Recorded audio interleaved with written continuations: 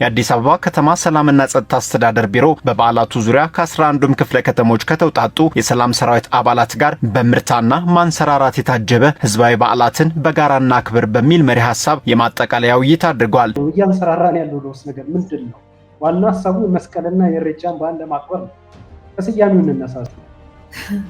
ያው ብልጽግና ማለት ነው። ማንሰራራት ብልጽግና ነው። ስለዚህ አሁን እነሱ ሃይማኖታዊውም ነገር ባህላዊውም ነገር ሙሉ በሙሉ ፖለቲካ ነው የሚያደርጉት እንደምታውቁ። ስለዚህ ለዚህ መሪ ቃል ሰጡት። እኛ መስቀል የኢትዮጵያ ኦርቶዶክስ ተዋሕዶ ቤተክርስቲያን መስቀል ደመራ ብላ ሰጥቷለች አይደል? ይሄንን ደግሞ የኢሬቻን በዓላትን የሚያከብረው የአባገዳውም ደግሞ ኢሬቻ ብሎ አውጥቶለታል። ከዛ በኋላ ዘለ ማንሰራራት ምርጫ ምናምን የሚባለው ነገር ምንድነው? በተለይ ኢሬቻ ሲመጣ መስቀል ሲመጣ በእነዚህ በሁለቱ በዓላቶች ከእንቁጣጣሽ በኋላ ለአዲስ አበባ ነዋሪ በተለይ ለወጣቱ የጭንቅ ጊዜ እየሆነ ነው የመጣው። ጊዜው የኛ ነው ባዮች እንቅስቃሴ ነው። በጀት ይመደብላቸዋል። ብርበራ ሲያደርጉ በየመንገዱ የሰላም ፈታሾችን የሰላም ዘብለን እያሉ ስክሪፕቱ አይቀር ምን አይቀር እላይሽ ላይ የሆነ አረንጓዴ ቢጫ ቀይ የሆነ የሚመስል ምልክት ካየ የኢትዮጵያነት ምልክት ከታየ ስልክሽን ሲበረብሩ ኢትዮጵያዊነትን የሚያቀነቅን ወይ ሙዚቃ ወይ ታዋቂ ዘፋኝ ብቻ እነሱ የኔ ከሚሉት ውጭ የሆነ ነገር የታየ እንደሆነ ማንም ወጣጤ የሰላም አስከባሪ ነኝ በሚል እዛ ጋር የተሰለፈ ሰው አንጠልጥሎ ለፖሊስ ያስረክብሻል። ፖሊስ ደግሞ ዘብጥ እያወረደ የሚያሰቃይበት ሁኔታ ነው ያለው። አሁን በጣም የሚያናድደው ፓርት ነው። እንደ አዲስ አበባ ልጅ የአዲስ አበባ ክፍለ ከተማ የተወጣጣ ሰው እንደዚህ አያደርግም። ሲጀምር ከሰንደቅ ዓላማ ጋር ጸብ የለውም፣ ከመዝሙር ጋር ጸብ የለውም፣ ከሃይማኖት ጋር ጸብ የለውም፣ ከአንድነት ጋር ጸብ የለውም፣ ከሌላ ማንነት የሚለው የለም። ሁሉ ማንነቱ የአዲስ አበባ ልጅ ሁሉ ማንነቱ ማንነታችን ነው እንደምታውቀው እና ከማንም ጋር ጸብ የለውም። ደግሞ ሌላውን ማሳዘን ራሱ አይፈልግም። የአዲስ አበባ ልጅ ይሄ በጸብ መኖር ራሱ አይፈልግም። እንደምንም በቃ አልፎ ምን ብሎ አስደስቶ መዋል ነው የሚፈልገው። ይሄ ነው እንጂ ሲያየው ደሙ የሚፈላ የሰንደቅ ዓላማ አይነት የለም የአዲስ አበባ ልጅ። ይሄ ጭንቅ ይሄ ፈተና እኔ ለምን የኢትዮጵያ ኦርቶዶክስ ተዋሕዶ ቤተክርስቲያን በዚህ ደረጃ እንደ ጠላት ይሄ መንግስት ባላቅም ምናልባትም የኢትዮጵያን አንድነት ከማስጠበቅ አኳያ የኢትዮጵያን ኢትዮጵያዊነት የኢትዮጵያን መሰረት ጥንታዊነት ከማስጠበቅ አኳያ ጎታች ነች፣ ኋላ ቀር ነች፣ ለአዲስ ነገር ክፍት አይደለችም። ሃይማኖት ላይ ተቸንክራ የቀረችሽ ወደ ብልጽግና እንትን ወደ ጭከና ወደ ገንዘብ ወደ ንግድ ምናምን በሰፊው ህዝቡን አትመራውም የሚል ቁጣ እንዳለባቸው አውቃለሁ። በወቅቱ ሊለበስ የሚችሉ አልባሳት ሊያዝ የሚችሉ ምልክቶችን ቤተክርስቲያኗ ትእዛዝ ልትሰጥ ትችላለች። ግን ቤተክርስቲያኗ ትእዛዝ ስትሰጥ ግን መንግስታዊ ትእዛዝ እንጂ የቤተክርስቲያኗ ትእዛዝ እንዳልሆነ የአደባባይ ሀቅ ነው። ምክንያቱም በቦታው ላይ የተሾሙት አቡነ ሳሪዎስ ቤተክርስቲያኒቷን ማቅ ካስለበሱ ምዕመናንን ካስፈጁ ሰዎች መካከል ይሄ የቆየ ታሪክ አይደለም። ግለሰብ መብት ራሱ በግለሰብ መብት ራሱ አንተ የምትፈልገውን ሰንደቅ ዓላማ ይሄ ነው የሚወክለኝ ብለህ ልብስ ላይ ካረግ እኔ አረንጓዴ ቢጫ ቀይ ነው የሚወክለኝ ብዬ ጥለት ላይ ካደረግኩኝ ያንተ ይፈቀዳል፣ የኔ አይፈቀድም። ምን ማለት ነው? ከዚህኛው ጋር ኃይለኛ ጸብ አለ። ከዚህ ሰንደቅ ዓላማ ጋር ጸብ ሊኖራቸው የሚገባቸው የኢትዮጵያ ታሪካዊ ጠላቶች የሚባሉ ቀኝ ገዢዎች ኢትዮጵያን ሊያወድሙ የመጡ ወይም ኢትዮጵያን ሊያፈርሱ የመጡ የኢትዮጵያን አንድነት ግዛቷን የሚጠሉ ኢትዮጵያ እንደ ሀገር ልትፈርስ ይገባታል ብለው ያሴሩ የሚፈልጉ በጣም ታላላቅ ጠላቶች ናቸው። እንዴት የኢትዮጵያ ዜጋ የሆነ ሰው ከዚህ ሰንደቅ ዓላማ እንደዚህ አይነት ጸብ ይኖራል? ከበሮ፣ ጽናጽል፣ የኢትዮጵያ ኦርቶዶክስ መዝሙሮች፣ ሌሎችን በተመለከተ የሌላ እምነት ተከታዮች በአደባባይ መንግስት አጀብ አድርጎላቸው ጠባቂ መድቦ በፖሊስ በኮማንዶ በወታደር ታጅቦ ሲላቸው በሚሊኒየም አዳራሽ እሷን በቃ ብሏቸው መስቀል አደባባይ በወታደራዊ ትርኢት በታጀበ የኢትዮጵያ ኦርቶዶክስ ተዋሕዶ ቤተክርስቲያን አይምሯዊ ንብረት የሷ የሆነውን ብቻ መገለጫ የሆኑትን ስርዓቶች በአደባባይ ሲከበር ይሄ የሰላም ዘብ የምትዩ ነው ፖሊስም ብትይ ህግ ተጥሷልና ህግ ላስከብር ይሄን ነገር ማድረግ አይገባችሁም ብሎ ክልከላ ሲፈጽም አናየው። አሁን ወጥተው መግለጫ የሚሰጡት የመንግስት አካላት በቤተ ክህነቱ ወይም በአባገዳዎች ብቻ የሚሰጠውን ትዕዛዝ ብቻ ተከትሎ የሚሉት በሁለቱም ውስጥ የነሱ መልእክት ስለሆነ ነው። በቤተ ክህነቱም የራሳቸው መልእክት ነው፣ በአባገዳዎችም የራሳቸው መልእክት ያስቀምጡና ከዛ በኋላ ያንን ተላልፎም ይሁን ሌላ ነገርም እነሱ የማይፈልጉትን ያደረገውን ግን ለመቅጣት ዝግጁ ነኝ ይሉሃል። ከዛ በኋላ የሚፈልጉትን ወንጀል በህዝብ ላይ ከሰሩ በኋላ የቤተ ክህነትን ትእዛዝ ተላልፎ ስለመጣ ወይም የአባገዳዎችን ትእዛዝ ተላልፎ ስለመጣ ይሄን አደረግንበት ይላል። አሁን እዚህ ላይ ስልጣኑን ለአባገዳዎችና ለቤተ ክህነት የሰጠ ይመስላል እንጂ አልሰጠም።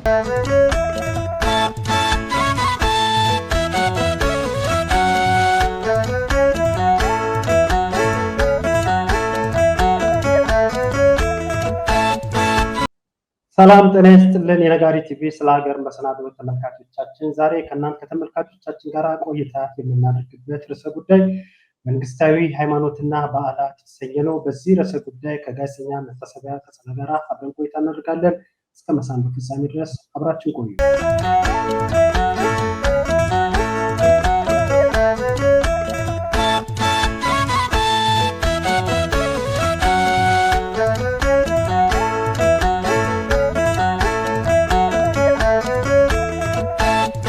ጤና ይስጥልን ጋዜጠኛ መታሰቢያ ቀጸላ፣ እንኳን ደህና መጣሽ። ጤና ይስጥልኝ። ከቆይታ በኋላ በጣም ረጅም ጊዜ ጠፍተሽ ነበር። ለአድማጭ ረጅም ጊዜ። ልክ ነው።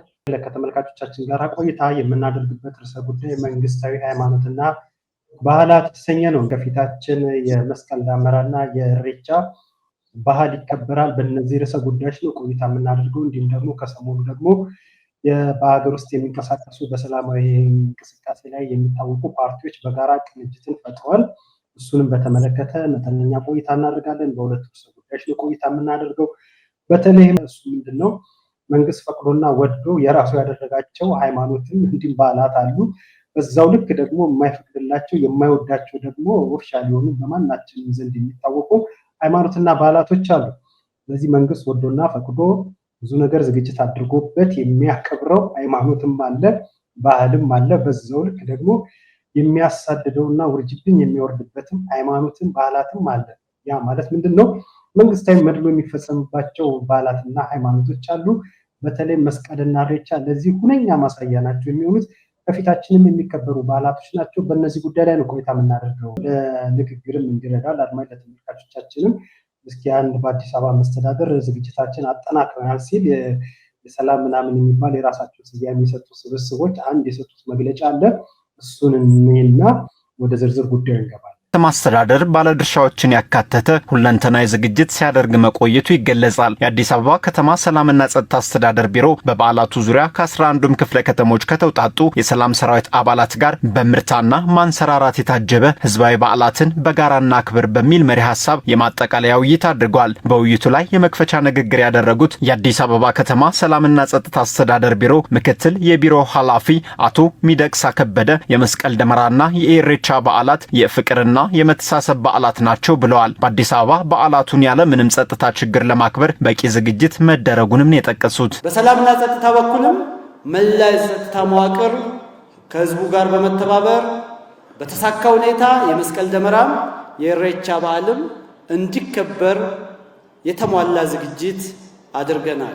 በተለይም የመስቀል ደመራ የሚደመርባቸው ቦታዎችን በጥንቃቄ የመለየት ስራ መስራት ያስፈልጋል ያሉት አቶ ሚደቅሳ የሃይማኖት አባቶችና አባገዳዎች የሚያስተላልፉትን ትዕዛዝ ብቻ ተከትሎ በዓሉን ማክበር ይገባል ሲሉን የገለጹት ሁለቱም በዓላት በተለይ መስቀል ደመራ ሃይማኖታዊ ትውፊቱና እሴቱን በጠበቀ ብቻ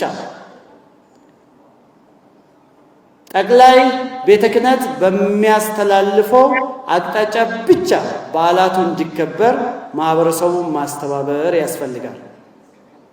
የሆረ ፍንፍኔ ኢሬቻም አባገዳዎች በሚያስቀምጡት አቅጣጫ ብቻ እንዲከበር ማድረግ ያስፈልጋል። የሰላም ሰራዊት አባላትም በዓላቱ በድምቀት እንዲከበሩ በንቃት እንደሚሰሩ ተናግረዋል።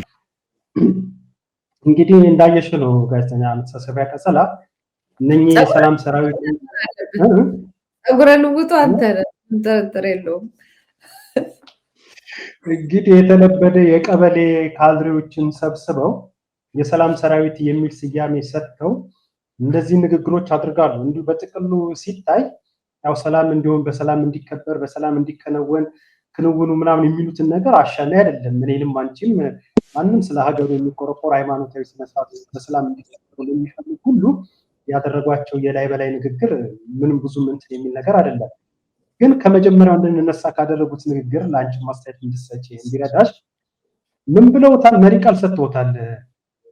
አራት ላይ የተመሰረተ ሃይማኖታዊ በዓል ብለውታል። እያንሰራራን ያለው ለውስ ነገር ምንድን ነው?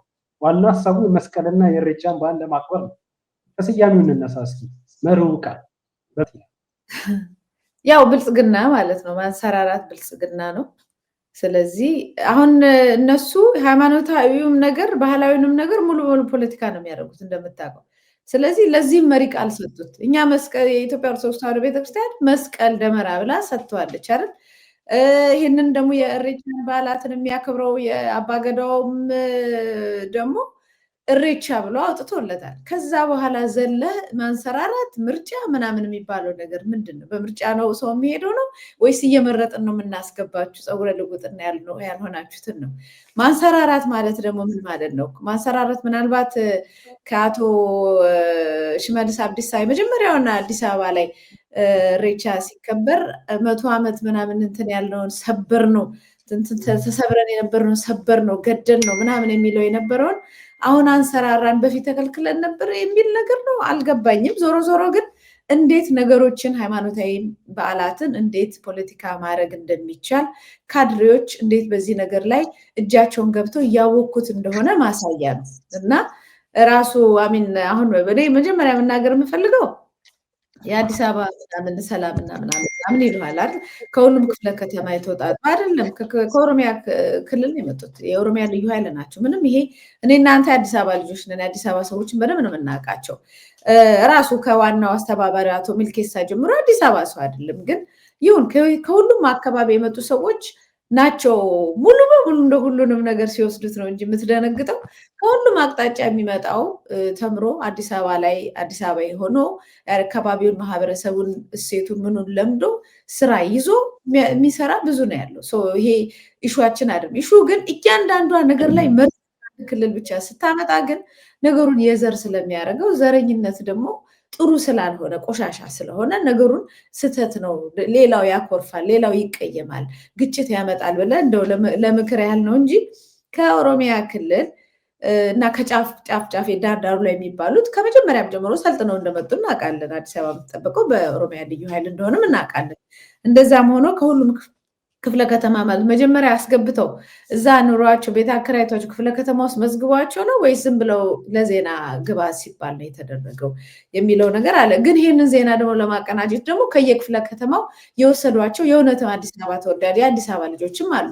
እነሱ ደግሞ አንተ ያያቸው የምናውቃቸው በዛ ታቅፈው በካድሬነት ታቅፈው በዚህ መንግስት ስር እየሰሩ እየተንቀሳቀሱ ያሉ እንጀራ እየበሉበት ያሉ ናቸው። እነሱም ስራቸው ነው። እንግዲህ ነገ ሁሉም ነገር ሲያልፍ ማን ምን ሰራ፣ ለምን ሰላምን አስከበረ አይደለም። ሰላምን በማስከበር ሂደት ላይ ሌላውን ጨቁኗል ወይ፣ የተሻለ የኢትዮጵያን ሕዝብ ታክስ ገቢ አድርጎ የተሻለ ለብቻው በልቷል ወይ፣ ለብቻው ጥቅማ ጥቅም አግኝቷል ወይ፣ ለብቻው መሬት አግኝቷል ወይ የሚለው ነገር በኋላ የሚጠየቅ ነው። እና ከዛ ውጭ ግን በጣም የገረመኝ በተለይ ይላል አቶ ሚልኬሳ ናቸው መሰለኝ ወይ ሚደቅሳ፣ ይቅርታ ስማቸውን እንትን ካል በተለይ ሁለቱም ሃይማኖቶችና በዓላቶች ሃይማኖቶችና በተለይ የመስቀልን ይላል። ምን ማለት ነው? የመስቀልን በቤተ ክህነትና በቤተ ክህነት ብቻ የሚሰጡትን እንትኖች እንድትከተሉ ይላል። ምናልባት ይሄ ለመጀመሪያ ጊዜ ነው እንደዚህ ሲባል። ለምንድነው? ቤተ ክህነት ውስጥ ያሉት በደንብ ተነጋግረው ቁጭ ብለው በፖለቲካ ፖይንት ሊሆኑ ሰዎች ስለሆኑና አቡነ ሳዊሮስ እሳቸው ናቸው እየሰጡ ያሉት። እዛ ላይም ሌሎችን የማይወክል ማለት አንድነትን የሚጎዳ ምልክቶችን ይዛችሁ እንዳትወጡ የሚል መግለጫቸው ላይ አስቀምጧል። ያ ማለት የኢትዮጵያን ሰንደቅ ዓላማ ነው፣ ሌላ ምንም አይደለም። ምናልባት እሬቻ ላይ ይህንን ሰንደቅ ዓላማ አውጡ አታውጡ የሚል ጥያቄም ንግግርም ሰምተንም አናውቅም። ባይ ዲፎልት ህዝቡ የሚያምንበትን የሚፈልገውን ሰንደቅ ዓላማ ይወጣል። መስቀል ላይ ሲመጣ ግን ሁል ጊዜ የሰንደቅ ዓላማ ጥሪ ወይ የባንዲራ ኢሹ ይነሳል። እሱ ደግሞ የሚነሳው የክልል አንስቶ አይደለም፣ የምንም አንስቶ አይደለም። የኢትዮጵያን ሰንደቅ ዓላማ ይዛ ስለምትወጣ ቤተክርስቲያኗ ነው። በዛ ነገሩን የቋጨው ምንድነው? የኢትዮጵያ ሰንደቅ ዓላማ አረንጓዴ፣ ቢጫ ቀዩ ላይ የቅዱስ ሲኖዶስ የቤተክርስቲያኗ አርማ አላት። እሱን አድርጋ እንድትወጣ በሚል ስምምነት ተደርጓል። ግን መግለጫቸው ላይ ክፍፍል እንትን ለሌሎች የማይሆን ምልክቶችን ይዛችሁ እንዳትወጡ የሚል ትዕዛዝ ነው የመጣው እና በጣም ነው የምታዝነው። ይሄ ነገር ያልፋል። ማህበረሰቡ አብሮ ነው የሚኖረው። ይሄ ከማህበረሰቡ ጋር ምንም ግንኙነት የለውም።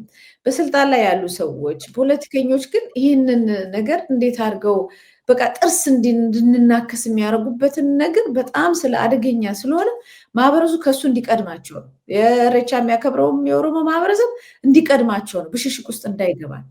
የመስቀሉም ደግሞ ለእነሱ ተፈቅዶ የለኛ ተከልክሏልና ምናምን ብሎ በህዝቡ ላይ አይደለም ጥርስ የሚነከሰው በፖለቲከኞችና ይህንን ነገር እየሰሩ እርስ በርስ እንድንጣላ በሚያደርጉት አመራሮች ላይ ነው ያለው እና እነሱ ይሄዳሉ። እንደሚታወቀው ህዝብ ግን አብሮ ነው የሚኖረው እና እሱን ለማለት ነው። እና እሷም አንዷም ልጅ ያው እንትን መግለጫው ላይ እንትን ስትል ፀጉረ ልውጥ ብላለች። እንግዲህ ፀጉረ ልውጥ ማን ነው? ሁሉም ኢትዮጵያዊ ነው አይደል? ማንኛውም የሃይማኖቱ ተከታይ ነኝ ሁሉም መምጣት አለበት። ፀጉረ ልውጥ ማለት እየተመረጠ በፀጉሩ እየተለየ ወይም በመልኩ እየተለየ አይ አንተ የዚህ የኢሬቻም አባል አይደለም የመስቀልም አክባሪ አትመስልም ብሎ የሚለይ ሰው አለ? እንዴት ነው ይሄ? ሀገራዊ በዓልና ሃይማኖት ስለሆነ እንዴት ነው ሰውን በአይን ለይተው ሊያስቀሩ የሚችሉት ስትል የማይፈልጓቸው ሰዎች የሚመርጧቸው ሰዎች አሉ ማለት ነው። ይሄ ደግሞ ባለፈው ዓመትም ተደርጓል፣ በአሁኑም ይደረጋል። ይሉኝታ የላቸውም፣ በአደባባይ ወጥተው ነው የሚናገሩት። ይህንን ሁሉ ተቋቁሞ ማህበረሰቡ ከሃይማኖታዊ ነገር ውጪ ሳይሆን ሃይማኖቱን ብቻ ጠብቆ አክብሮ በሰላም እንዲመለስ በእነሱ ምክንያት ወደ ሌላ ነገርም እንዳይገባ በዚህ አጋጣሚ ለማሳሰብ ያህል ነው። ያው ማብሸቅ ስለሆነ መበሻሸቅ ስለሆነ እየተደረገ ያለው። ከዚህም አንጻር መስቀል በቤተክርስቲያኗ እና በመኑ ነው የሚከበረው። ባጀት የለውም፣ የቤተክርስቲያኗ ባጀት ነው። እንግዲህ እሱንና አቡነ ሳዊሮስ እንዴት እንደሚያደርጉት አናቅም። የኢሬቻ በዓል ግን በየክፍለ ከተማው ያው በሰፊው ይከበራል። ባለሀብቶች፣ ነጋዴዎች፣ ነዋሪዎች ሁሉ ደብዳቤ እየተላክላቸው ኢንቨስት እንድታደርጉ ተብሏል። እንግዲህ ይህንንም ተቋቁሞ ያልፉታል ብዬ ተስፋ አደርጋለሁ። መልካም፣ ብዙ ነገር አንስተሽዋል። በእርግጥ ስለ ኢሬቻም አንስተን ትንሽ ቆይታ የምናደርገው ነገር ይኖራል። ይሄ በተለይ ከመስቀል ባህል ጋር በተገናኘ ግን መቴ ለአዲስ አበባ ሕዝብ ጭንቅ የሆነ ጊዜ እየሆነ ነው። በተለይ አብይ አህመድ ከመጣ በኋላ በባለፉት 6 ዓመታት መስቀልና የኢሬቻ በዓል በመጣ ጊዜ ለአዲስ አበባ በተለይ ከመስቀል ጋር ይሄ ሃይማኖታዊ ከኦርቶዶክስ እምነት ጋር በተያያዘ የአደባባይ በዓላቶች እንደ ጥምቀት እና መስቀል የመሳሰሉት በዓላቶች ሲመጡ እንዲሁም ደግሞ የህዝብ በዓላት ልክ እንደ አድዋ፣ የካራማራ ድል የመሳሰሉት በመጡ ቁጥር ለአዲስ አበባ ነዋሪ ጥምቀትም እንደዛው ጥምቀትም በድሮን ታጅበው ነበረ። ጥምቀቱም በድሮን ታጅበው ነበር ባለፈው ዓመት። አዎ ሰርተንበታል፣ አስታውሰሽም እንደሆነ እና እንዲህ በዓላቶች ሲመጡ ለነዋሪው ጭንቆኑ ምነው ባልመጣ የሚያስብል ሆነ። የከተማው ነዋሪ ወጣቶች በገፍ ይታፈሳሉ። ቅድም የገለጽናቸው በዓላቶች ከመምጣታቸው ከአንድ ሳምንት በፊት ጀምሮ በገፍ ታስረው ወደ ማጎሪያ እስር ቤት ይገባሉ። ነዋሪው ይጨነቃል፣ ይጠበባል። በተለይ ደግሞ እስሩ እንግልቱ እንዳለ ሆኖ ደግሞ አደባባዩ ከባድ የሆነ መጨናነቅ ነው የሚፈጠረው።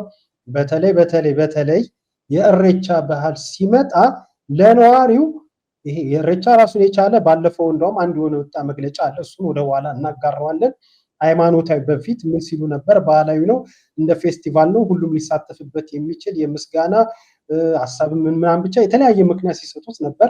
አረ ይሄ ነገር አይደለም፣ ራሱን የቻለ ሃይማኖታዊ እንዲሁም ደግሞ ባህላዊ ይዘት ያለው ነገር ታሪካዊ ዳራ ያለው ለአክባሪዎቹ ራሳቸው ቦታ የሚሰጡት የራሱ የሆነ ነገር ነው ያለው ስንል መንግስት ይሄ አይደለም ብሎ ያው በህዝብ ላይ ጫና ለመፍጠር የተለያዩ ነገር አድርጎ ስፖንሰር ያደርገዋል። መንግስታዊ የመሳሪያም የገንዘብም የሰው ኃይልም ድጋፉን ከላይ እስከታች ያለው መዋቅሩን ተጠቅሞ የሚያዘጋጀው ጭምር ነው ባህሉን ኢሬቻ በዓል። ያ ሆኖ እንዳለ ግን አክባሪዎቹ ግን የሰጡት መግለጫ አለ። በበዓላችን ወቅት ይሄ ነገር ተግባራዊ እንዲሆን አንፈልግም ብሎ ከዚህ ቀደም የሰጡት መግለጫ አለ። እሱም በእርግጥ ወደ በኋላ እናያለን። ዋናው ላነሳልሽ እና አንቺም ቆይታ እንድታደርጊበት አስተያየትና ትንታኔ እንዲሰጭበት የምፈልገው ሀሳብ ምንድን ነው? በተለይ ኢሬቻ ሲመጣ መስቀል ሲመጣ በእነዚህ በሁለቱ በዓላቶች ከእንቁጣጣሽ በኋላ ለአዲስ አበባ ነዋሪ በተለይ ለወጣቱ የጭንቅ ጊዜ እየሆነ ነው የመጣው። በተለይ ለባለፉት 2 እና 3 ዓመታት ወጣቱ በገፍ ይታሰራል፣ መንገድ ላይ ይጉላላል፣ ሞባይሉ ይፈተሻል። አሁን እንዳየሽው ደግሞ የሰላም ሰራዊት የተባሉት በሙሉ አንድም ከሸገር ሲቲ ከተማ የሚባልና አብዛኛው ጊዜው የኛ ነው ባዮች በነቂስ የሚሳተፉበት እንቅስቃሴ ነው። በጀት ይመደብላቸዋል። ብርበራ ሲያደርጉ በየመንገዱ የሰላም ፈታሾች ነን፣ የሰላም ዘብነን እያሉ ስክሪፕቱ አይቀር ምን አይቀር እላይሽ ላይ የሆነ አረንጓዴ ቢጫ ቀይ የሆነ የሚመስል ምልክት ካየ የኢትዮጵያነት ምልክት ከታየ ስልክሽን ሲበረብሩ ኢትዮጵያዊነትን የሚያቀነቅን ወይ ሙዚቃ ወይ ታዋቂ ዘፋኝ ብቻ እነሱ የኔ ከሚሉት ውጭ የሆነ ነገር የታየ እንደሆነ ማንም ወጣጤ የሰላም አስከባሪ ነኝ በሚል እዛ ጋር የተሰለፈ ሰው አንጠልጥሎ ለፖሊስ ያስረክብሻል። ፖሊስ ደግሞ ዘብጥ እያወረደ የሚያሰቃይበት ሁኔታ ነው ያለውና ይሄንንስ ነገር እንዴት ታይዋለሽ? ያው በቃ አንተ ያልከው አሁን በጣም የሚያናድደውን ፓርት ነው። እንደ አዲስ አበባ ልጅ የአዲስ አበባ ክፍለ ከተማ የተወጣጣ ሰው እንደዚህ አያደርግም። ሲጀምር ከሰንደቅ ዓላማ ጋር ጸብ የለውም፣ ከመዝሙር ጋር ጸብ የለውም፣ ከሃይማኖት ጋር ጸብ የለውም፣ ከአንድነት ጋር ጸብ የለውም፣ ከሌላ ማንነት የሚለው የለም። ሁሉ ማንነቱ የአዲስ አበባ ልጅ ሁሉ ማንነቱ ማንነታችን ነው እንደምታውቀው እና ከማንም ጋር ጸብ የለውም። ደግሞ ሌላውን ማሳዘን ራሱ አይፈልግም። የአዲስ አበባ ልጅ በጸብ መኖር ራሱ አይፈልግም። እንደምንም በቃ አልፎ ምን ብሎ አስደስቶ መዋል ነው የሚፈልገው። ይሄ ነው እንጂ ሲያየው ደሙ የሚፈላ የሰንደቅ ዓላማ አይነት የለም የአዲስ አበባ ልጅ። በተለይ ኢትዮጵያ አረንጓዴ የሀገራችን አረንጓዴ ቢጫ ቀይ ሰንደቅ ዓላማ አይቶ ደሙ ፈልቶ የሚቀድና እንትን የሚል ማንነት የለውም የአዲስ አበባ። ሌላውም ብሔር ምናምንም የመጣውን ቢሆን በተወሰነ ደረጃ በካድሬነት የተመለመለ ያ መንግስት ለዚህ ያዘጋጀው ያስቆጣው ነው እንጂ በህዝብ ደረጃ ይሄን ያህልም ግጭት አለበት ብዬ ለማመን ይከብደኛል። ለምን በብዙ ሲፈቀድለት በብዙ መልኩ እያወጣ ሲያውለበልበው አይቻለሁ ማለት ነው። እና ይሄ ጭንቅ ይሄ ፈተና እኔ ለምን የኢትዮጵያ ኦርቶዶክስ ተዋሕዶ ቤተክርስቲያን በዚህ ደረጃ እንደ ጠላት ይሄ መንግስት ባላቅም ምናልባትም የኢትዮጵያን አንድነት ከማስጠበቅ አኳያ የኢትዮጵያን ኢትዮጵያዊነት የኢትዮጵያን መሰረት ጥንታዊነት ከማስጠበቅ አኳያ ጎታች ነች፣ ኋላ ቀር ነች፣ ለአዲስ ነገር ክፍት አይደለችም። ሃይማኖት ላይ ተቸንክራ የቀረችሽ ወደ ብልጽግና እንትን ወደ ጭከና ወደ ገንዘብ ወደ ንግድ ምናምን በሰፊው ህዝቡን አትመራውም የሚል ቁጣ እንዳለባቸው አውቃለሁ። ከዛ የተነሳ ቤተክርስቲያኗን ለመክፈል ለመበተን አሁን ደግሞ የራሳቸውን አስተዳደር እስከማምጣት ድረስ ብዙ የሄዱበት ነገር አለ። ይህንንም አስመልክቶ ብዙ ንቅናቄዎች በዓለም ላይ እየተደረጉ ነው ያሉት። ቤተክርስቲያኗ ማንነቷን፣ እሴቷን፣ ሃይማኖቷን፣ ቀኖኗን፣ ዶግማዋን ጠብቃ እንድትኖር የሚደረጉ ትላልቅ እንቅስቃሴዎች አሉ። በዚህ ባለፈው ሳምንት ብቻ 2 ትላልቅ መርሃ ግብራት ተፈጽሟል በውጭ ላይ ማለት ነው እና ኢትዮጵያም ላይ ብዙ አባላቶች ያሉበት ማለት ነው። ይሄ እንዳለ ነው። የኢትዮጵያ ኦርቶዶክስ ተዋሕዶ ቤተክርስቲያን የመጥፋት ፈተና አደጋ ላይ የመታረድ ቤተክርስቲያን የመፍረስ የመሳሰሉ ትላልቅ አደጋዎች ስላሉባት ጭንቁ ከዛም ጋር የመጣ ነው። ግን የኢትዮጵያ ኦርቶዶክስ ተዋሕዶ ቤተክርስቲያን የአንድ ብሔር አይደለችም፣ ሆነ አታውቅም። አሁን መስቀሉ ላይ ሁሉም ነው የሚመጣው። ጉራጌውም፣ አማራውም፣ ትግሬውም፣ ኦሮሞውም፣ ደቡቡም ሁሉም ነው። ስለዚህ ሀገራዊ ነች። እንግዲህ በሃይማኖት ደረጃ ካየው በእስልምናው ሁሉም ብሔር በሚባል ደረጃ እንዳለ ነው የሚገባኝ። በኦርቶዶክስ ተዋሕዶ ቤተክርስቲያንም እንደዛው፣ በሌሎች በፕሮቴስታንት በምንም እንትን ብሔር እየለየ የሚመጣ ሃይማኖት የለም። ስለዚህ እነዚህ ሃይማኖቶቻችን መንግስት የሚሸረሽረው ፖለቲካ የሚሸረሽረው ማንነታችን አንድነታችን የሚያስጠብቁ ናቸው።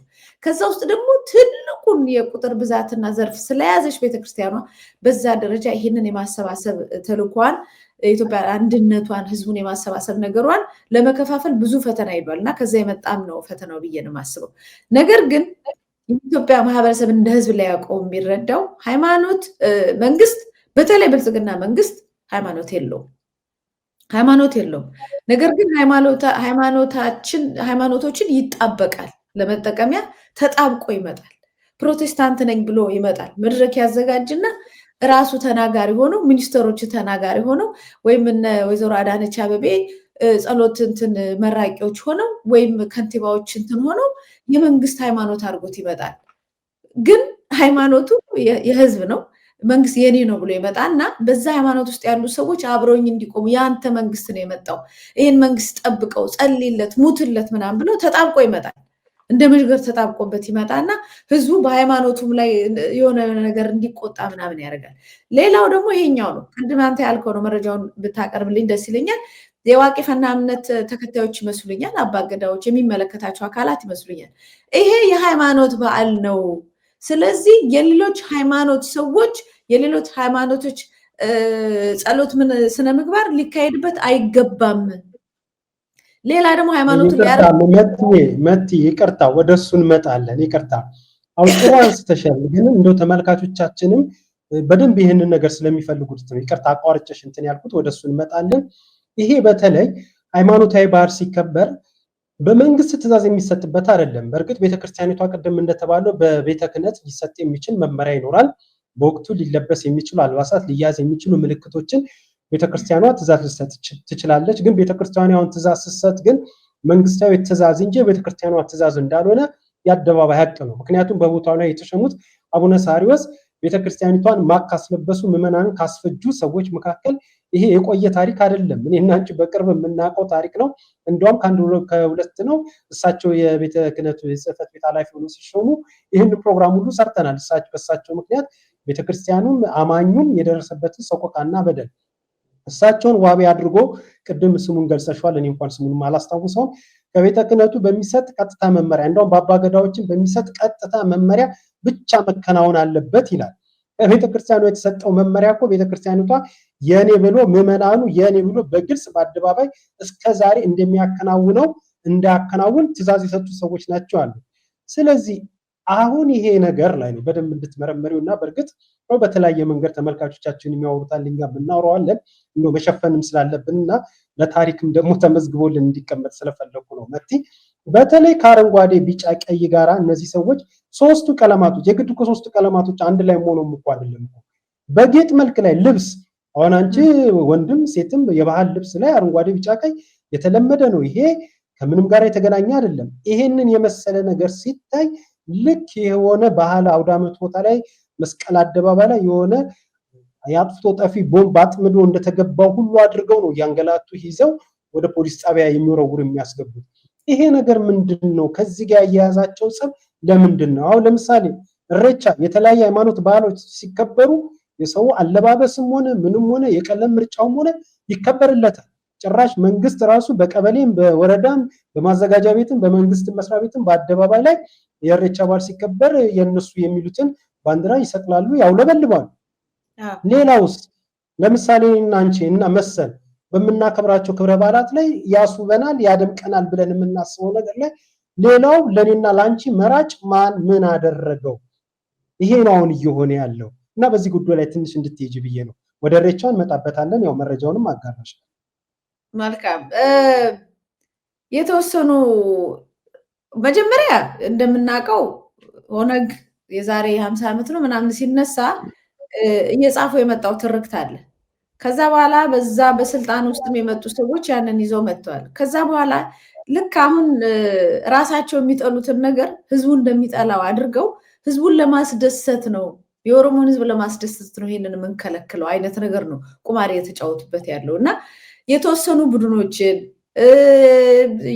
የኢትዮጵያን ሰንደቅ ዓላማ ጋር ጸብ ያለባቸው ከውጭ ኃይሎች ጋር ተሰርተው የመጡ ማንነት ያላቸውን ጽንፈኞች በጣም ኃይለኛ ጽንፈኞች ኢትዮጵያን ካልተበተነች የሚሉ የኦሮሞ ዕጣ ፈንታ የሚሻሻለው ኢትዮጵያ ስትበተን ነው ብለው እዚህ ለንደን ላይ ስብሰባ አድርገው በቪዲዮ ሁሉ የተቀረጸ ንግግራቸው የሚታወቀው ማለት ኢትዮጵያ ስትበተን ነው ኦሮሞ ቀና ብሎ ሰው ያሉት ማለት ነው።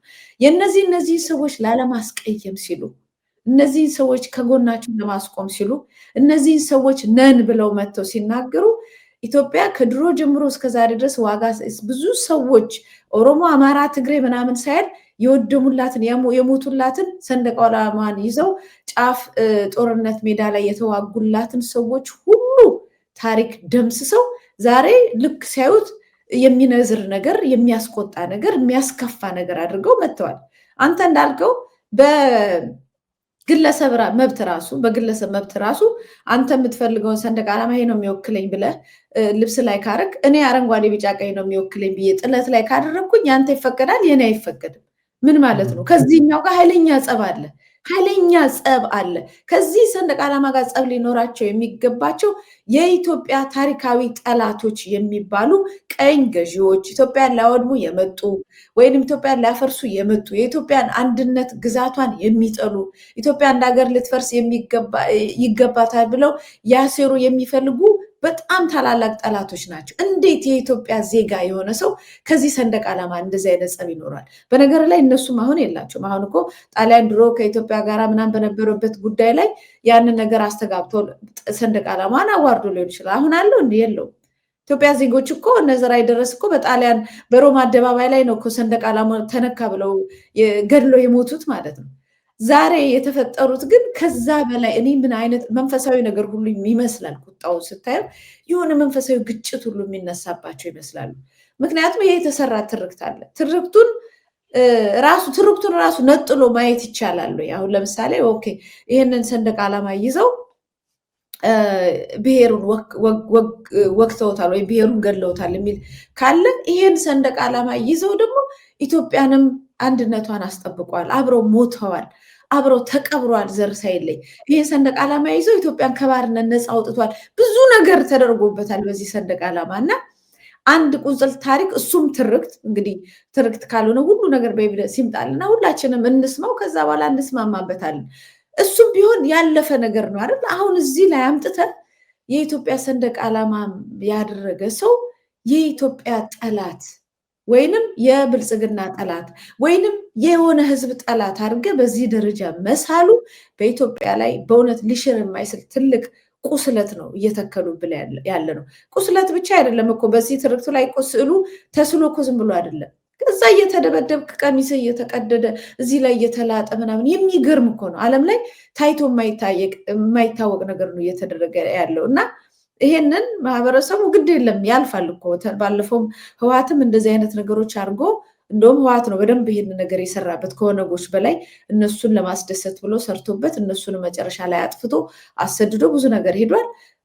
ሰንደቅ ዓላማችን ግን አሁንም አለ። አሁንም ብልጽግና ሲያልፍ እና አብይ አህመድም ሲያልፉ አሁንም ይሄ ጸብ ሲያልፍ ሰንደቅ ዓላማዋ ትቀራለች። ህዝብ አብሮ የሚኖርበትን መንገድ ሁል ጊዜ ያመቻቻል። ስለዚህ እኔ የምፈልገው አሁን መንግስታት ምንም ነገር ሊያደርጉ ይችላሉ፣ ወደ ህዝብ አይግባ። ህዝቡ በዚህ ደረጃ መንግስታትን በጥርጣሬ በሴረኝነት በመንግስትነት በፖለቲከኞች እንጂ ለኔ ይወግነኛል ለኔ ነው የመጣው ስለዚህ እሱን ሰምቼ ወንድሜን እንደዚህ ልቃየመው የሚለው ነገር ላይ ጥንቃቄ እንድናደርግ ነው፣ ነጋችንን እንድናስተካክል ነው እንጂ እነሱ ፖለቲከኞች ናቸው። ተጣብቀው ነው የሚመጡት ከብዙ ነገር ጋር። በጣም ጥሩ አድርገሽ አስቀምጠሽዋል። ሌላው እዚህ ጋር ይኸውልሽ አንቺ ላልሽው የበለጠ ለሚደግፍ ለተመልካቾቻችን ነገሩን ይበልጥ ሊያሳይ የሚችለው ነገር ምን መሰለሽ መጥቲ አደገኛ ፍርደ ገምድልነት መኖሩን የምታዩ እንዲህ በሰላም ሰራዊት ምናምን በሚል ስም በፖሊስ ኦፊሻሊ ወጥተው እንደነሳሪዎች ያሉም ደግሞ ወጥተው ስላለባበሶቻችንና በወቅቱ መደረግ ስላለበት ነገር መግለጫ እንደሚሰጡ ሁሉና ይህንን አለማድረግ በህግ እንደሚያስጠይቅና በህግ ደግሞ በህግ ባልተጻፈ መልኩ በራሳቸው በማናለበኝነት ይዘው የከተማዋ ነዋሪ ወጣት እንዴት እንደሚያንገላቱና እንደሚያሰቃዩ በስካውኑ ትንታኔያችንና ቆይታችን ገልጸናል። ቤተክርስቲያን የኢትዮጵያ ኦርቶዶክስ ቤተክርስቲያን በህጋዊ መንገድ በሃይማኖታዊ ንብረት የኔ ብላ ያስመዘገበችው የምትጠቀምባቸው እንደ ጸናጽል፣ ከበሮ እና መሰል የሆኑ የቤተክርስቲያኒቷ ሃይማኖታዊ ንብረት ፓተንት ራይት የራሷ የሆነውን ነገር መንግስት የኔ ነው የሚለው ቅድም መግቢያ ላይ ብያለሁ። መንግስት ፈቅዶና ወዶ የኔ የሚለው ሃይማኖት አለው፣ የኔ የሚለው ባህል አለው።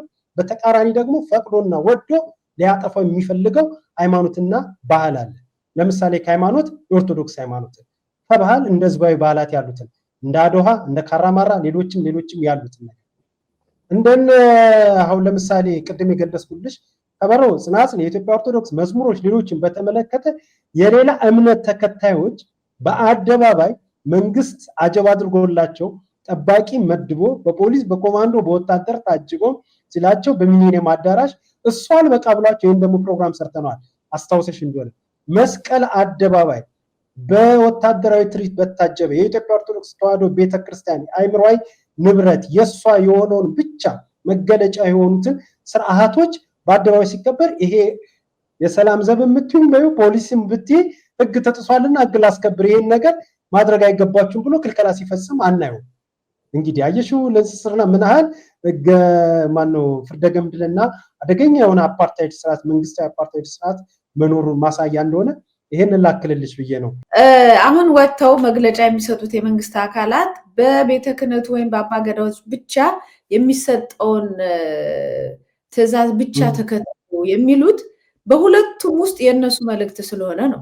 በቤተ ክህነቱም የራሳቸው መልእክት ነው፣ በአባገዳዎችም የራሳቸው መልእክት ያስቀምጡና ከዛ በኋላ ያንን ተላልፎም ይሁን ሌላ ነገርም እነሱ የማይፈልጉትም ያደረገውን ግን ለመቅጣት ዝግጁ ነኝ ይሉሃል። ከዛ በኋላ የሚፈልጉትን ወንጀል በህዝብ ላይ ከሰሩ በኋላ የቤተ ክህነትን ትእዛዝ ተላልፎ ስለመጣ ወይም የአባገዳዎችን ትእዛዝ ተላልፎ ስለመጣ ይሄን አደረግንበት ይላል። አሁን እዚህ ላይ ስልጣኑን ለአባገዳዎችና ለቤተ ክህነት የሰጠ ይመስላል እንጂ አልሰጠም። ከሰጠ እኮ መምጣት ማስፈራራትም አያስፈልግም። የሃይማኖት ተከታዮች ሁሉ ጊዜ ከላይ ያለውን አካል ይከተላሉ፣ ይሰማሉ። መጥቶ ማስፈራራት አይጠበቅበትም። ለሚሰራ ወንጀል ይህን እነዚህን ቤተ ክህነቱንና አባገዳዎችን ታኮ የመጣ እንደሆነና የራሱ ትእዛዝና የራሱ ፍላጎት እንደሆነ ሊነግረን ነው የመጣው። ስለዚህ ምንም አይነት ወንጀል ቢሰራ እኔ በዚህ ቦታ ላይ የሃይማኖቶቹ ጉዳይ አይደለም፣ የመንግስት ጉዳይ ነው ብዬ ነው የማስበው። አሁን አንተ ያልከው ነገር መስቀል አደባባይ አሁን በቀደም የአባይ ግድብ ምርቃት ላይ በሚመለከት ዝግጅት ተደርጎ ነበር እና ወጥተው የሃይማኖት መልእክት ያስተላለፉ ከንቲባዎች ምናምን አሉ። እንደውም አንደኛውን እኔም ፕሮግራም አቅርቤ ነበረ። አንዳንዶቹ የሃይማኖት ተወካይ ነን መጋቢ ነን ያሉት እየተንከባለሉ መሬት ላይ እግዚአብሔር የኢትዮጵያን ትንሣኤ በአዲሱ ቤተመንግስት ነው ብሏል፣ ተናግሮኛል። የ4 ኪሎ ቤተመንግስት የነ ኃይለ ሥላሴ የነ ደርግ የነ ምናምን ዘንዶ ሞቷል ምናምን እያለ ይፎክራል። ከዚህ የበለጠ ሃይማኖተኛነት የለም። ያው በአባይ ግድብ ላይ አስበው፣ በአባይ ግድብ ላይ የተሳተፈውን የኢትዮጵያ ሕዝብ ሁሉ አስብና እንደዚህ አይነት ድፍረትም አለ፣ እንደዚህ አይነት ፍርደ ገምድልነትም አለ፣ እንደዚህ አይነት ማን አለብኝነትም አለ። ከምንም በላይ ደግሞ እንደዚህ አይነት እኔ ምን ልበለው፣ ሰው ምን ይለኛል፣ ሰው ይታዘበኛል፣ የእውቀት ማነስ የስልጣኔ ማነስ ምናምን ነው በብዛት። ሰው ምን ይለኛል፣ ይታዘበኛል። እንደዚህ አይነት መድረክ በዚህ በኩል እንትን ብዬ እንደገና እዚኛው ላይ ደግሞ እዛ የሚጋጭ ነገር ሳርግ ሰው ምን ይለኛል ምናምን የለም። ግግም ያለ ነገር ነው ፊት ለፊት የምታየው እና እንደዚህ አይነት ነገሮች ተደርጓል። እያንዳንዳ በሃይማኖት ስም ወጥቶ ሌላውን ሃይማኖት የሚሳደብ የሚጨቁን የሚያንጓጥጥ የሚያራክስ ነገር ጠቅላላ የብልጽግና መንግስት ከጀርባው አለበት።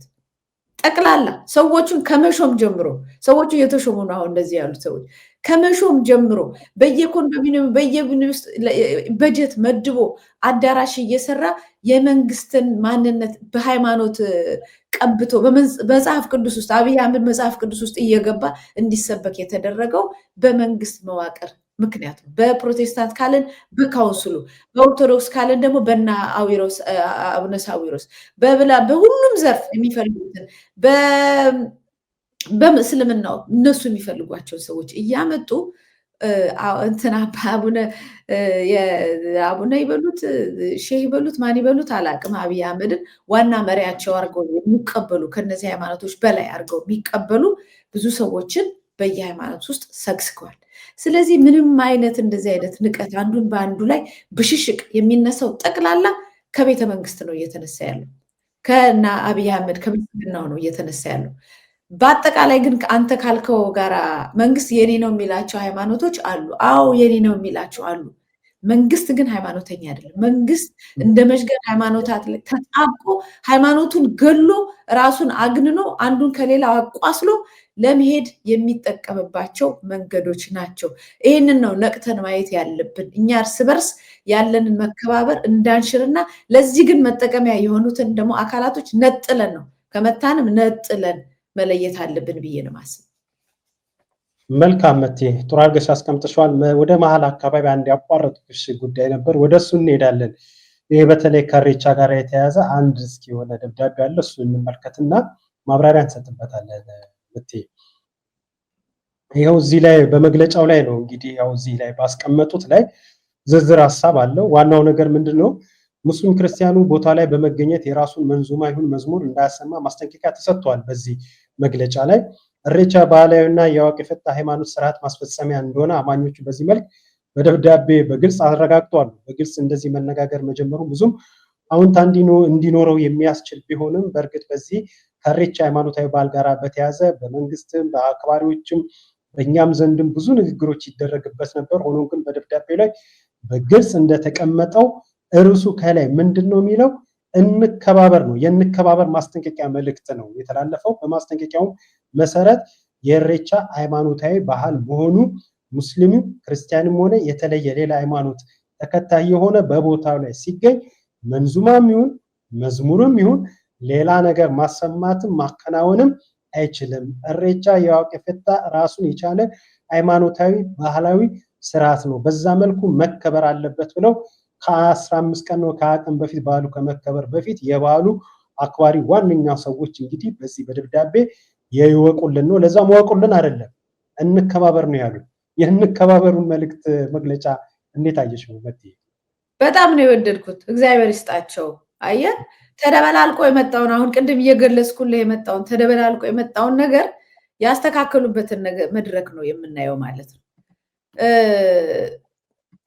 እኛ ያልነውን ነገር ከዚህ አንተም ገልጸዋል እያልን ነበረ። ነገር ግን መንግስት ምንድን ነው ያደረገው? ራሱ አዲስ አበባ ላይ ያለው ማህበረሰብ ኢሬቻ ማክበር ካለበት ማክበር አለበት። ይሄ መስተካከል አለበት። ነገር ግን የመጣው አመጣጥ ግን እንደዛ አልነበር። በደንብ ታስታውሰዋል አይደል? የመጀመሪያውን ራሱ ፉከራው እነ ሽመልስ አብዲሳ ስድብ፣ እንደ የምስጋና በዓል ላይ ስድብና ሌላውን ማንቋሸሽ ምን አመጣው? ሃይማኖታዊ የእምነት ነገሮች እኮ በጣም ትሁት ናቸው፣ ትህትና ናቸው። ጦር መስበቂያ አይደሉም። እዛ ላይ ወጡ ሰበር ነው 100 ዓመት የተቻለ ከዚህ በኋላ በቁማር በላ ነው ምናምን ያለው እሱ ጭንቅላቱ ላይ የተሳሉ ብዙ ቁርሾች፣ ብዙ ቂሞች፣ ብዙ ፖለቲካ አጀንዳዎች ነበሩ እና እሱን ነው ሲተፋ የነበረው። እሱ ብቻ አይደለም፣ ጀዋር መሐመድ ምናምን ሁሉ ትልቅ የፖለቲካ ሴራ ነበር ሲደረግበት የነበረው። ጀዋር መሐመድ አትገባም ሲባል ከዛ በኋላ ሄዶ ደግሞ እሱ ታጅቦ እንደገና ሲመጣ በዛ ፉክክር የጀዋር መሐመድ እና የሽመልስ አብዲሳ የፖለቲካ መድረክ ሆኖ ነበር እና እንከባበር ማለታቸው ይሄ ሃይማኖታዊ በዓል ነው ማለታቸው መንግስት ሃይማኖታዊ አላረገውም ነበረ። የሆነ የህዝብ በዓልና ማህበረሰቡ ነው የኦሮሞን ማህበረሰብ የሚወክል ህዝባዊ በዓል ነው። እሱ ላይ ደግሞ ሁሉም መገኘት አለበት። ስለዚህ እኔም ሄጄ መድረኩን ተጠቅሜ ፖለቲካ ሰራበታለሁ ብሎ ፖለቲካ ነው የሰራበት። ፖለቲካ ከሰራባቸው ሂደቶች አንዱ እነዚህ ፉክክሮች ያልኩ ነው። የጀዋርና የሽመልስ አብዲሳ ፉክክሮች ነበሩ የመጀመሪያው አካባቢ። ከዛ በኋላ ደግሞ ምንድነው የሆኑት እና አቡነ ሳዊሮስ ምናምን እነዚህ ያንን እንግዲህ እንከባበር የሚለው የኢትዮጵያ ኦርቶዶክስ ተዋሕዶ ቤተክርስቲያንም አንድ የኢትዮጵያ ኦርቶዶክስ ተዋሕዶ ቤተክርስቲያን አማኝ የሆነ አካል ሌላ እምነት ላይ እምነቴ ነው ብሎ በዚህ ደረጃ ሄዶ መባረክ አይችልም። እንከባበር ማለትም ነበረባት። ሄዶ መዘመርም አይችልም። ሄዶ ሃይማኖቴ ነው ብሎ ሁለት ቦታ ላይ የረገጠ ሃይማኖትም ሊኖረው አይገባም ብላ የኢትዮጵያ ኦርቶዶክስ ተዋሕዶ ቤተክርስቲያን መናገር ነበረባት። እዛ ሄደው ሃይማኖቱን አክባሪ ሆነው እዛ ሄደው ባርከው መልሰው ደግሞ ቤተክርስቲያን ምስካያዙና ለመድኃኒዓለም መጥተው ደግሞ ይቀድሳሉ። ይሄም እኮ የተደበላለቀ ፖለቲካ ነው እየሰሩ ያሉ። ለዚህ ነው ሰዎቹን ፖለቲከኞቹን መለየት አለብን ከሃይማኖተኞቹ ጋር ያልኩት። የሃይማኖት በዓላት ላይ የሌሎች እምነት ተከታዮች ምናምን እንግዶች መምጣታቸው ነውር አይደለም። የመጣንበት ያለፍንበት ነው። አዲስ ነገር አይደለም። እኛ ኢትዮጵያዊ ነን። ኢትዮጵያ ደግሞ ብዙ እምነትና ብዙ ሃይማኖቶች ያለባት ሀገር ነች። እያንዳንዱ ደግሞ ሰርግ ስንደግስ እዚህ ጋር የሙስሊም እዚህ ጋር የክርስቲያን የብቻ ሰርተን የምንደግስን ይሄ ማንነታችን ነው፣ የማይቀየር ማንነታችን ነው። ከዛ ውጭ ግን ስትሪክትሊ የሆነው አሁን ለምሳሌ ጥምቀት ላይ መምጣት አለባቸው፣ የሌላ ሃይማኖት ታቦቱ መሸኘት አለባቸው የሌላ እምነት ተከታዮች፣ ተገቢ ነው አይደለም። በዛ ደረጃ እምነቱን መደበላለቅም ተገቢ አይደለም። ሁሉም የራሴ እምነት ነው ያለውን ነገር አክብሮ በተለይ ሃይማኖታዊ መንፈሳዊ ነገሮች ላይ ራሱን የቻለ ስርዓት እና የሃይማኖት አማኞች ብቻ ሊከተሉት የሚገባው ስርዓት አለ። ሄደ አሜን ምናምን የምትልበት ነገር አሜን ማለት ይሁን ማለት ነው። ይሁን ማለት ያኛውን እምነት ተቀብለሃል ማለት ነው። ያኛውን ጸሎት ተቀብለሃል ማለት ነው። ይሄ ጀነራል ነገሮች አይደለም። በሀገር ጉዳይ ላይ በተለያዩ ቦታ ላይ የሀገራችንን ገጽታ ለማስተካከልም ለመቻቻላችንን በመሀል የሆኑ ጸቦች ፖለቲከኞች ሲያስገቡልን እሱን ለማስታረቅ እኛ እንደዚህ አይደለንም ብሎ አንድ ላይ የመቆሙን ነገር አሁንም የምስማማበት ነገር ነው። እንደዛ መሆንም አለበት ይሄ ማንነታቸው። ከዛ ውጭ ሃይማኖቱ ተከታይ ነኝ ድረስ መሄድ ግን በጣም በዚህ ደረጃ ከሃይማኖቱ በላይ ፖለቲካውን ወደውታል ማለት ነው። ከሃይማኖቱ በላይ ሃይማኖት አራክሰው ፖለቲካውን ብልጽግና የሚያዛቸውን ነገር አስቀድመዋል ማለት ነው። ይሄ ደግሞ ክህደት ነው፣ ኑፋቄ ነው። ስለዚህ እንከባበር። ይሄ አማኞች የዋቄ ፈታ አማኞች ብሎታል። ሃይማኖታዊ የኢሬቻ ሃይማኖታዊ በዓላችን ብሎታል። ስለዚህ በዚህ በዓል ላይ ሄዳችሁ ቡራኬ የሰጣችሁና የተቀበላችሁ ሰዎች የዚህ እምነት ተከታዮች ወይ ናችሁ ወይ ኦፊሻሊ መሆን አለባችሁ እንጂ 2-3 ቦታ እናንተ መርገጥ የለባችሁም ባይኔ።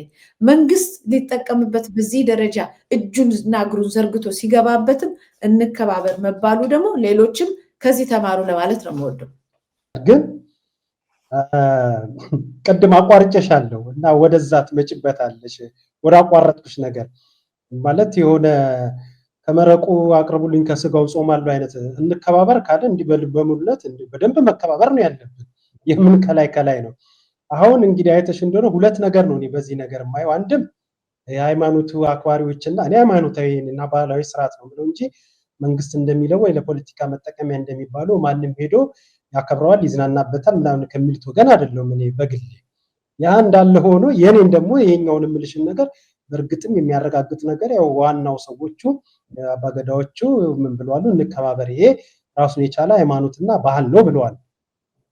እንከባበር ሲሉ የወሰዱትን አፕራንድ የበላይነት እንዲህ ብሎ መግለጫ መጀመር በራሱ ይህ ምንድነው የሚባለው? ባለቤቷን የተማመነች እንትን ከምን ታሳድራለች እንደሚባለው አይነት እንከባበር ምናምን ብለው የጀመሩት እና እንዲህ አይነት ነገር እሱ እንዳለ ሆኖ ሌላው እሺ እንከባበር ካሉ የግድ እዛ ጋር መጣችሁ መዝሙር አታሰሙ፣ መንዙማም አታሰሙ፣ የኛ ያልሆነውን ነገር ሳይሆን ራሱ የኢሬቻን ስርዓትና ባህል መጣችሁ ማክበር ነው የምትችሉት፣ ሃይማኖቱንም ባህሉንም ከተቀበላችሁ በስተቀር ነው። አለበለዚያ እንከባበር ባላችሁበት አሉ። ቀደም አንቺ ስታነሺ ካቋረጥኩሽ ነገር ደግሞ ሳገናኝልሽ ታዲያ ለመከባበሩ ከሆነ እኛ ሄደን የኛን የምንለውን ነገር ማናከብርበት ማንዝናናበት ምን ማንልበት ሁኔታ ህብረተሰቡ በነፍስ ወከፍ በየቤቱ ደብዳቤ እየተበተነ በመስሪያ ቤት በመንግስት መስሪያ ቤት በሱቆች በንግድ ቦታዎች ላይ ለኢሬቻ በዓል ገንዘብ አዋጡ ተብሎ ገንዘብ የሚሰባሰብበትስ ምክንያት ለምንድን ነው? ገንዘቡ የሚሰበሰብበት ሙስሊሙም ነው፣ ፕሮቴስታንቱም ነው፣ ኦርቶዶክስም ነው፣ እምነትም የሌለውም ነው። ምንም ከምኑም የሌለው በሙሉ በግዳጅ በመንግስት ገንዘብ እያዋጣ ለንከባበር ባህል መዋጮ እያደረገ ነው ያለው። የንከባበር ደረጃው እስከምን ደረጃ ነው? የግድ እዛ ጋር መዝሙርና መንዙማ ባለማሰማት ደረጃ ብቻ ነው እና ካሉት ስለምን ገንዘባችንንም ያከብሩልን እኛ የምንከባበር ብንስ? እነሱ አይደሉም ገንዘብ የጠየቁት፣ የሃይማኖቱ ሰዎች አይደሉም። የሃይማኖቱ ሰዎች ሃይማኖትን በሚመለከት የመጣባቸውን ነገር እንከባበር፣ ይህንን አታርጉብን፣ እንደውም በደንብ ሊያስቀምጡት የሚገባው ከዚህ በኋላ ደግሞ የፖለቲካ መጠቀሚያም አታርጉብን፣ ይሄ ሃይማኖታዊ መንፈሳዊ ነገር ብቻ ነው እና የፖለቲካ ጉዳይም ከዚህ ላይ ይነሳልን ብሎ በግልጽ መቀመጥ አለበት። ይህንን የሃይማኖቱ ሰዎች ናቸው የተናገሩት። በየክፍለ ከተማው ይሄኛውን ራሱ ገንዘቡ አሁን አዋጡ ሲባል ቅድም ጀምረሽ እኮ አቋርጬሻለሁ እኮ በየቤቱ በየሱቁ በየንግድ ቦታ ለኢሬቻ ገንዘብ አምጡ እየተባለ ነው አለ መግባቸው። ይሄ መሆኑን እንግዲህ አጠባበቅ እና ወጥተው ይሄኛውን እንከባበር በእኛ ስም ገንዘብ አሰብስቡ ማለት ሳይችሉ ይችላሉ። እሱን ማለት ይችላሉ። እሱን ማስቀመጥ ይችላሉ። ሰብሳቢዎቹ ግን እነሱ ናቸው ወይ ነው ጥያቄው። እነሱ ስለ ሃይማኖቱ አከባበር እንደተናገሩት በየክፍለ ከተማ ያለው ካድሬ እየተጠቀመበት ብዙ ገንዘብ ደግሞ ለኪሳቸው እንደሚገባ ታውቃለህ። ለበዓሉም ይሆናል። ግን ያው መፋሰስ ያው አዲስ አበባ ልጅ ማፋሰስ የሚላትን ቋንቋ ታውቃለህ። በጣም ነው የሚፋሰሰው። ከዛ የተወሰነውን ፐርሰንት ወደ ኪሳቸው የሚገባበት ገንዘብ አሁን መልቀሚያቸው ነው። ስለዚህ ያው ጊዜው የኛ ነው ብለዋል። ስለዚህ ሰው ይፈራል። ሰው ስለሚፈራ ይሄ ሃይማኖት ይሄ በዓል የመንግስት ነው ተብሎ ስለታሰበ በዚህ ላይ ደግሞ በየቦታው ደግሞ ብሔርን መሰረት ያደረገ ብዙ ስልጣንም ስላለ ያንን ስልጣናቸውን ተጠቅመው በየአካባቢው ካለው ማህበረሰብ እያስፈራሩ ገንዘብ የሚዘርፉበት ነው። ከዛ በኋላ ደግሞ ህዝቡን ያስደስተናል ለማለት ሰንደቅ ዓላማ ሳር ይጎዘጉዛሉ፣ ሰንደቅ ዓላማቸውን ይዘረጋሉ ምናምን የኛ ነው ፉክክር ውስጥ ምናምን ይገባሉ። አገሩ የኛ ነው ምናምን እንጂ ክፍለ ከተማ ላይ በሰፊው ነው የሚዘረጋው ባንዲራው ራሱ። ይሄንን የሚያደርጉት ካድሬዎች ናቸው። ይሄንን የሚያደርጉት ፖለቲከኞች ናቸው። ይሄንን የሚያደርጉት ጊዜውን እየተጠቀሙበት ያሉ ሰዎች ናቸው። ትክክለኛ ሃይማኖት ሰዎች ይሄን ያደርጋሉ በተለይ ትክክለኛ የሚለው በኮቴሽን በደንብ ይግባልኝ። እነሱ ይሄን ያደርጉት። ስለዚህ እነዚያ ትክክለኞቹ ከሆኑ እንከባበር ብለው ያወጡት እነሱ እየዞሩ የሚለምኑበት ገንዘቡን የሚቀበሉበት ነገር የለም ማለት ነው ስለ ሃይማኖት የተናገሩት። ነገር ግን በበዓሉ ምክንያት በማድረግ ገንዘብ መሰብሰባቸውን አቁሙ ማለት ይችላሉ አይችሉም? እንከባበር ማለታቸው ራሱ በእውነት ትልቅ እንትን ነገር ነው። ትልቅ እድል ነው ያገኙት። የኢትዮጵያ ኦርቶዶክስ ተዋሕዶ ቤተክርስቲያን እንከባበር ብላ እንደዚህ አይነት ነገር ብጽፍ የሚደርስባት ነገር መገመት አያዳግትም። ግን አሁን አትልም። ከምንከባበር አልፋ መንግስት ቀጥታ የሚፈልገውን ነገር የምታደርግበትም ሁኔታ በእነ አቡነ ሳዊሮስ እየመጣ ስለሆነ እዛ ደረጃ መድረስ ምን ላርግልህ መንግስት ነው የምትለው በአሁኑ ሰዓት? እውነት ብለሻል። ያው ብዙ ሄደንበታል። በእርግጥ ብዙ የሚያስብል ብዙ የሚያስነግር ነገር ነው። የማጠቃለያ ሀሳብ እንሰጥበታለን። አሁን ስለዚህ የኢትዮጵያ ኦርቶዶክስ ቤተክርስቲያን ከንከባበር እንደው ምን ላድርግልህ ወደሚል ደረጃ ደርሳለች አልሽው። እውነትም ትክክልም ነው። እንደውም ቤተክርስቲያኒቷ በእርግጥ የትህትና ቤት ናት ቤተክርስቲያኗ፣ ያው መመኪያውም ከላይ ነውና ያ እንዳለ ሆኖ ግን እሷ መግለጫ ስታወጣ እንደዛ ምዕመኑ እንደ በግ በሚታረድበት ሰዓት ቤተክርስቲያን እንደ ችቦ በምትነድበት ሰዓት ሁሉ ማለት ነው ለባለፉት 6 ዓመታት በተለይ አብይ አህመድ በመጣበት የስልጣን ዘመን ወቅት ላይ ቤተክርስቲያኗ ለመጨረሻ ጊዜ ምርር በላይ የሰጠችው መግለጫ መቲ ታስታውሻለች። ተመልካቾቻችን ያስታውሱታል። ሁነኛ የሆነ አንድ መግለጫ አላት ለታሪክ የሚቀመጥ። እሱም ርዕሱ ምን ነበር መሰለሽ?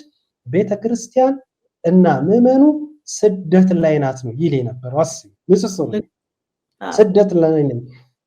እዚህ ደግሞ ምንድነው እንከባበር እያሉ ነው ያሉት እና አይደል እንከባበር ብላ ስደት ላይ ነኝና አታሰዱኝ ባለችበትም እንኳን ምን ያህል ውርጅብኝ እየደረሰባት እንዳለ እያየን ያለ ነው።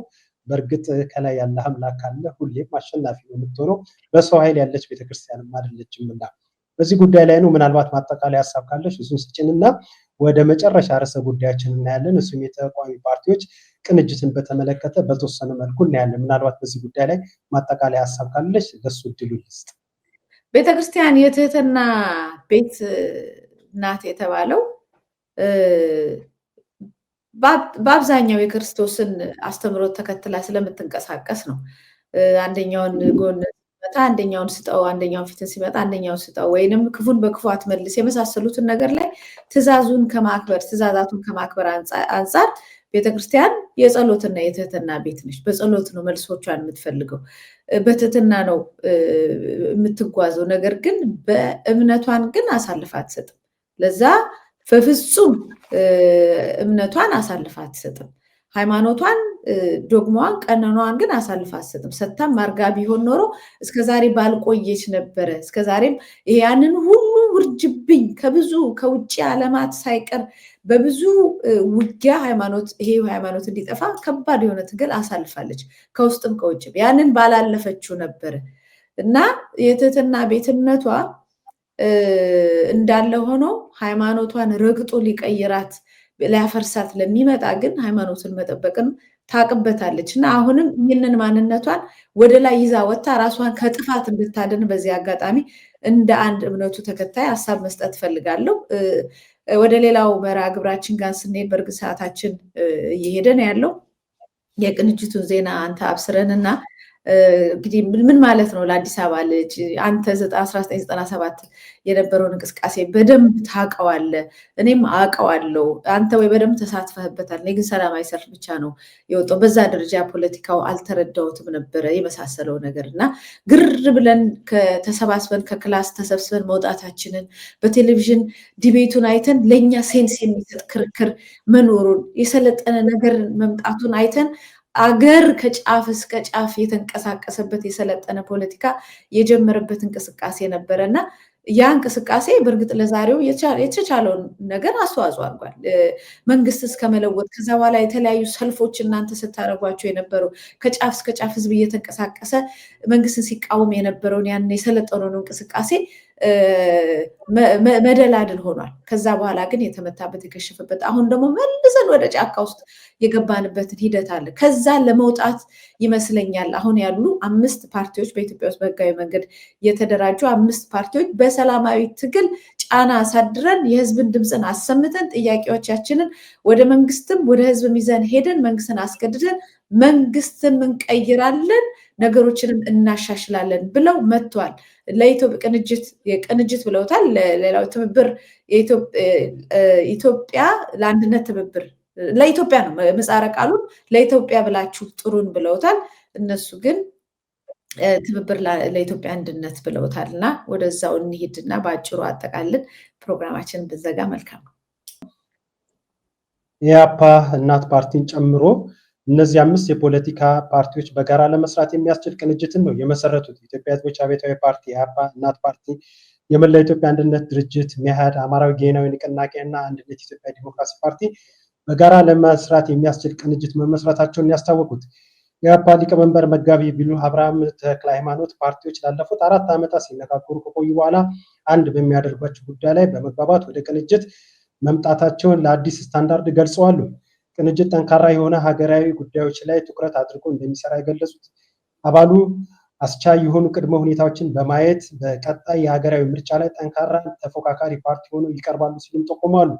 የእናት ፓርቲ አባል አቶ ጌትነት ወርቁ በበኩላቸው ፓርቲዎቹ የጋራ ውይይቶችን ሲያካሄዱና ስራዎችን ሲሰሩ ከቆዩ በኋላ በቅንጅት አብሮ ለመስራት ሲሰሩ ከቆዩ በኋላ በቅንጅት ለመስራት መስማማታቸውን አረጋግጠዋል። ከ5 ፓርቲዎች በተጨማሪ ኢትዮጵያ እንደ ሀገር የሚቀበሉና የታሪክ ክርክር የሌለባቸው ፓርቲዎች ቅንጅቱን መቀላቀል እንደሚችሉ ጠቁመዋል። እና በአጠቃላይ ያለው ሀሳብ ይሄ ነው። በተለይ ወደ መጨረሻ አካባቢ ያስቀመጡት ሀሳብ ምንድን ነው?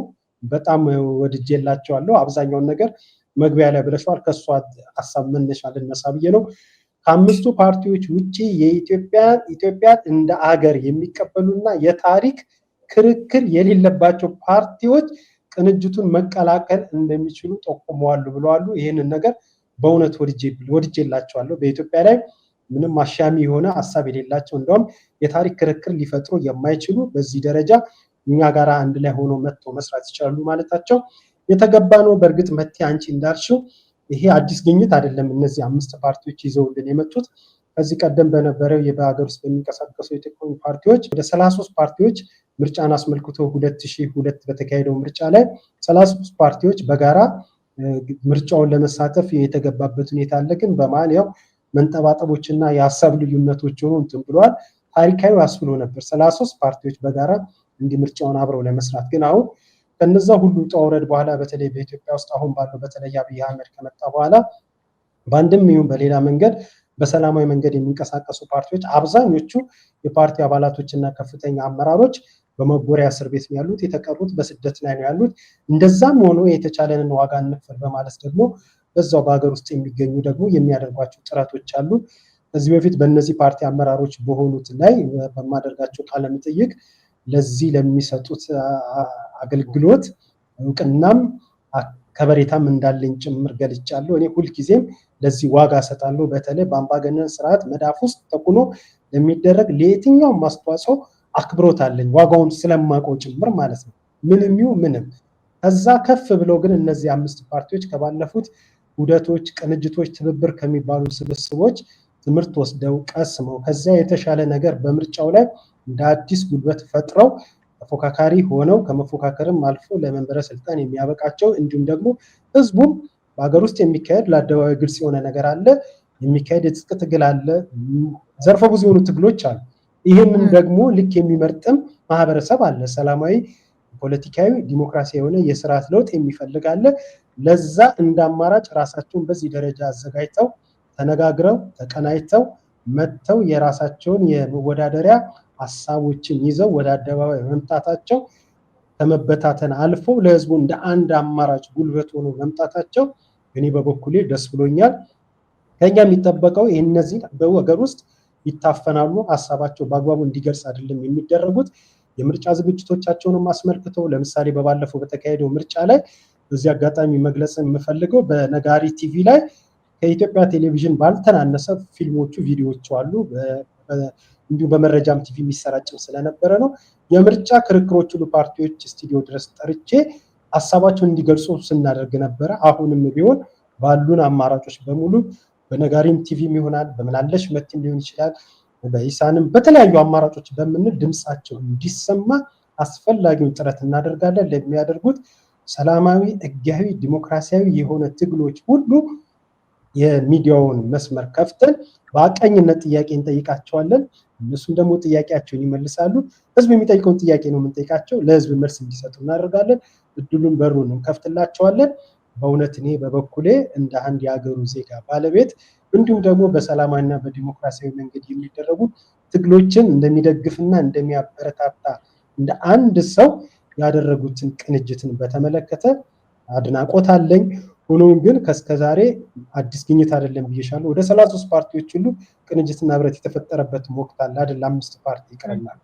እስከዛሬዎቹ ትምህርት ወስደው ለየት ባለ መልኩ አድርገው በኢትዮጵያ ላይ እንዲሁም በታሪክ ላይ ሽሚያ የሌላቸው አከራካሪ ሀሳብ የሌላቸው ወደ እነሱ እንዲገቡ አድርገው እንደ አንድ አማራጭ ኃይል ሆኖ ከወዲሁ ዝግጅት ማድረጋቸው ለብዙ ነገር የሚጠቅም ነውና በእኔ በኩል ይበል የሚያሰኝ ነው ለማለት ነው። መልካም።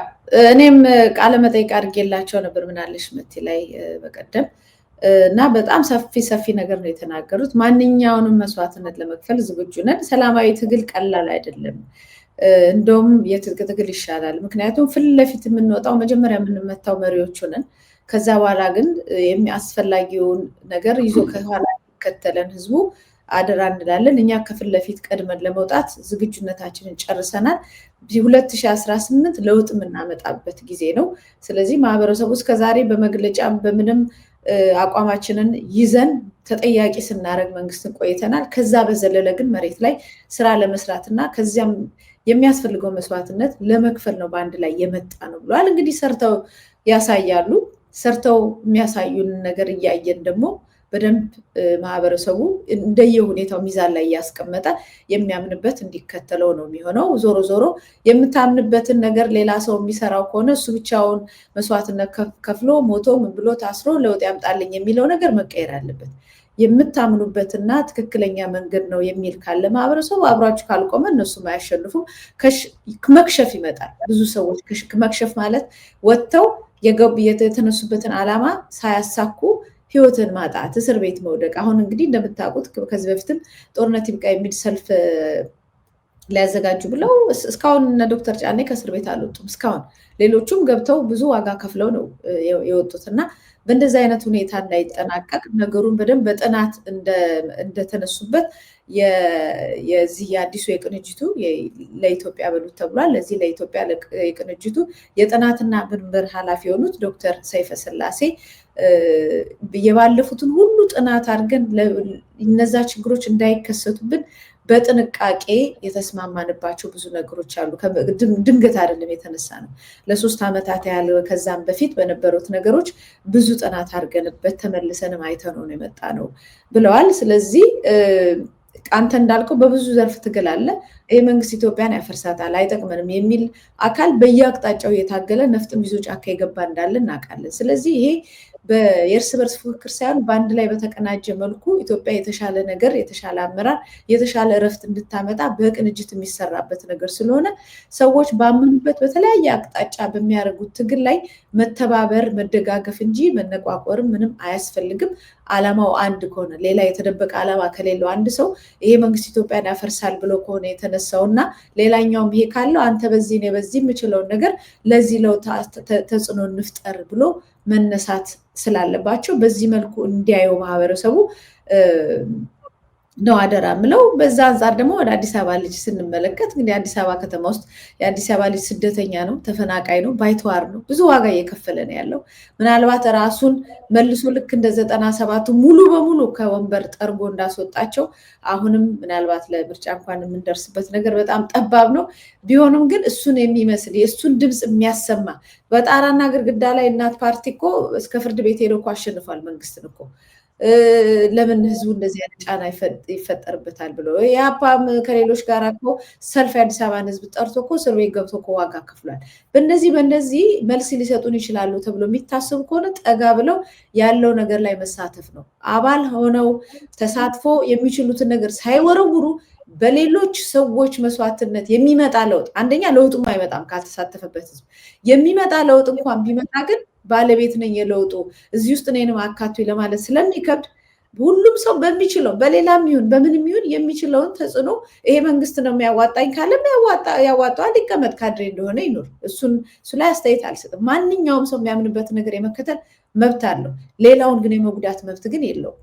የመንግስት ጎድቶኛል የሚል ካለ ከሚመስሉት ሰዎች ጋር አንድ ላይ ተደራጅቶ ለለውጥ መንቀሳቀስ እንጂ ቤቱ ቁጭ ብሎ ከሰማይ እንዲወርድለት የመጠበቁ ነገር ማለቅ አለበት። በዚህ 2018 መሳተፍ፣ መደራጀት፣ ለውጥ ማምጣት የሁላችንም እንጂ የግለሰቦች የተለያዩ ድርጅቶች ብቻ ኃላፊነት እንዳልሆነ አጽንኦት ለመስጠት ነው የምፈልገው። ሰዓታችን ግን ሄዷል። ይነቃቸው።